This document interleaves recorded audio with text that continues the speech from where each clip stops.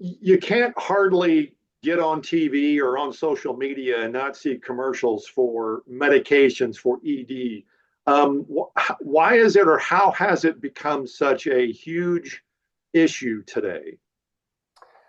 Well, part of the reason is maybe in the past men were hesitant to talk about it, and so due to some embarrassment or insecurity, they didn't want to talk about it. Some of it is uh, increased lifespan. Some men are getting older, but yet still wanting to remain sexually active. And then some of it is the comorbid conditions that our society has, such as diabetes and high blood pressure, because diabetes and high blood pressure are two of the largest causes of erectile dysfunction.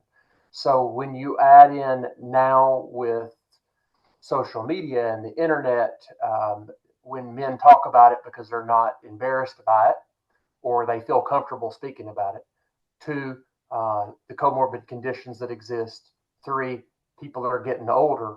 It's a very large population of men, and probably 40 to 50% of men, by the time they get probably 50 or so years old, are going to experience some erectile dysfunction. Um, Now it can be marketed because there's a large avenue online that they can be treated with. And some of the medications that used to be given are now more affordable because of generics. And so that's why you see it everywhere.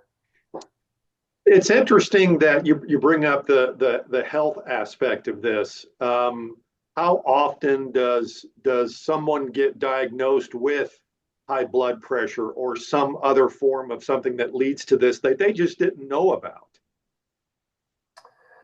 I think a fair number. A lot of the guys that I see, they lots of times already carry a diagnosis, but there are those few patients that come in where when I look at their medication list and I look at their diagnosed medical problems and something's not adding up, and so the arteries that go to the penis that get affected for erectile dysfunction are smaller than the coronary arteries. And so lots of times those arteries are going to be affected before somebody has maybe a coronary syndrome.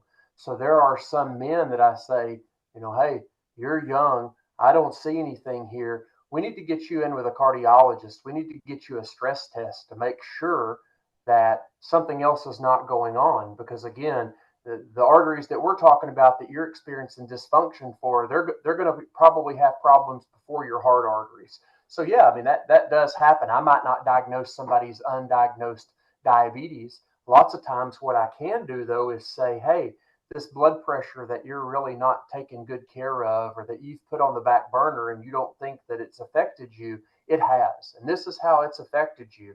And so we really have to do a better job of controlling your blood pressure to stop the negative effects that you're experiencing now. It also is a great motivator to help people stop smoking as well. When the endothelium gets disrupted and they start having narrowing damage, to tell them that, the only thing I really see is you're smoking that's contributing to some of this, that has an effect on people as well. The treatment these days, obviously, it has gotten a lot better over the last 20, 30 years. What about treatment for those who may not can afford it, or is insurance starting to come around and taking care of this? Yes, sir. So there are both insured and uninsured options. Fortunately, now with a lot of the oral medications that are available, they're generic now. And so, with the assistance of things like GoodRx and certain pharmacies, you can get these medications like you see advertised online for sometimes $1 or less a piece. Where in the past, in my career, I mean, these things have been $75 a piece. Now you can get them for about $1 a piece or less, and so people can get these with a GoodRx card without any insurance, and have an avenue that they didn't used to have. With respect to erectile dysfunction that's no longer treatable by just oral medication, they've progressed past being suitable for oral medication, or they have a contraindication to oral medication. Um, like the seminar I'll be discussing, penile prosthesis or penile implants, uh, they have an excellent insurance coverage now. They're covered by Medicare. And then most supplements pick up the out of pocket that people have outside of their Medicare. And a lot of the governmental agency health cares that we have, the VA, they cover these for veterans. And so the ability to get treatment after oral medicine now exists that maybe it didn't in the past. Now, insurance, Medicare, this has become a standard treatment, and it's part of the normal pathway of treatment of erectile dysfunction that they have the ability to get treatment and have it covered. It's interesting that the seminar, I'm assuming, and you can help me with this, but there's going to be a multitude of treatment options that you'll discuss. Correct. Yes, and they go from these options. Some most of them are guided by the level of erectile dysfunction. However, there are also treatments that at a certain level of erectile dysfunction, it could be patient preference, and it can be trial and error depending on the patient's desires and what social situations they're in, the frequency of activity that they're interested in, the financial and social and physical impacts of whatever treatment they choose. But there are multiple things now for varying degrees of dysfunction. It's interesting that in this day and time, this really is not a taboo topic anymore. It's not so much anymore. I mean, we still are in the South, and I still have a large number of patients that are kind of maybe you're refrained or not necessarily. I have some standardized questionnaires that if they'll fill that questionnaire out, I can look immediately down at the number and know exactly where we are and what we're dealing with. And it's not hard for me to break the ice because I just tell them, hey, this is what I do all day, every day. I mean, this is what I talk about. This is nothing new to me, and this is common discussion around this office, or at least in my practice as focusing on male health and men's health. I talk about Peyronie's disease and erectile dysfunction and all those things with more than half the patients that come into my practice. So once I usually kind of can open up, they can definitely open up and then talk about it much freer and without any feeling of judgment or embarrassment.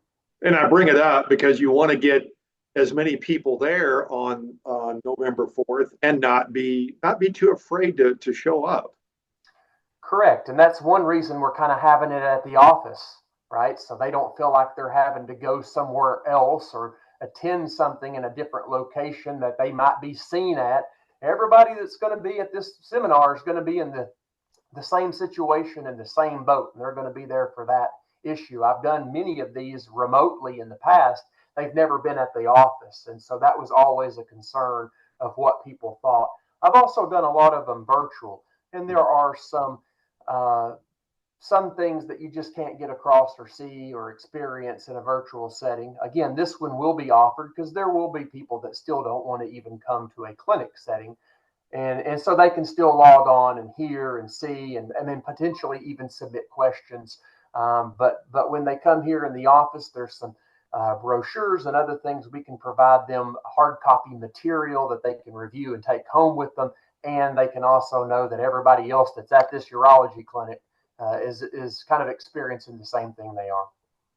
Well, Doctor, I appreciate your time, and I hope it's well attended on the 4th. Yes, sir. I very much appreciate your time.